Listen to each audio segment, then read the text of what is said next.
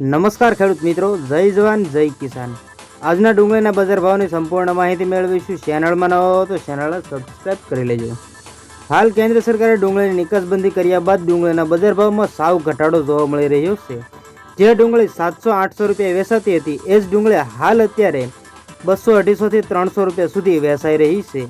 હાલ અત્યારે ડુંગળીના બજાર ભાવ 446 રૂપિયા જેવા મહુવા માર્કેટિંગ યાર્ડમાં બોલાઈ રહ્યા છે, જે ઊંચામાં ઊંચા બજાર ભાવ બોલાઈ રહ્યા છે અને નીચામાં નીચા ભાવો જોઈએ તો 100 રૂપિયાથી ડુંગળીના બજાર ભાવમાં શરૂઆત કરવામાં આવે છે।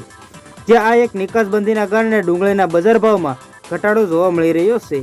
8 ડિસેમ્બર પહેલા જ જોઈએ તો ડુંગળીના બજાર ભાવ 800-900 રૂપિયા જેવો બજાર ભાવ બોલાઈ રહ્યો હતો અને 200 થી 300 રૂપિયાની બહાર નીચામાં નીચો ભાવ બોલાઈ રહ્યો હતો।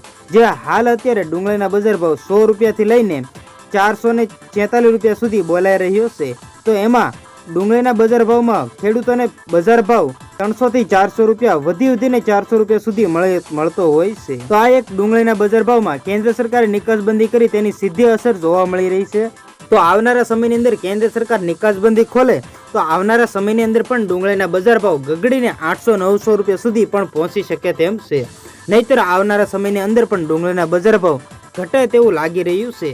હાલ અત્યારે ડુંગળીની ભરપૂર આવક જોવા મળી રહી છે, તો ડુંગળીની ભરપૂર આવકની સામે ડુંગળીના બજાર ભાવમાં પણ ઘટાડો પણ જોવા મળી શકે છે।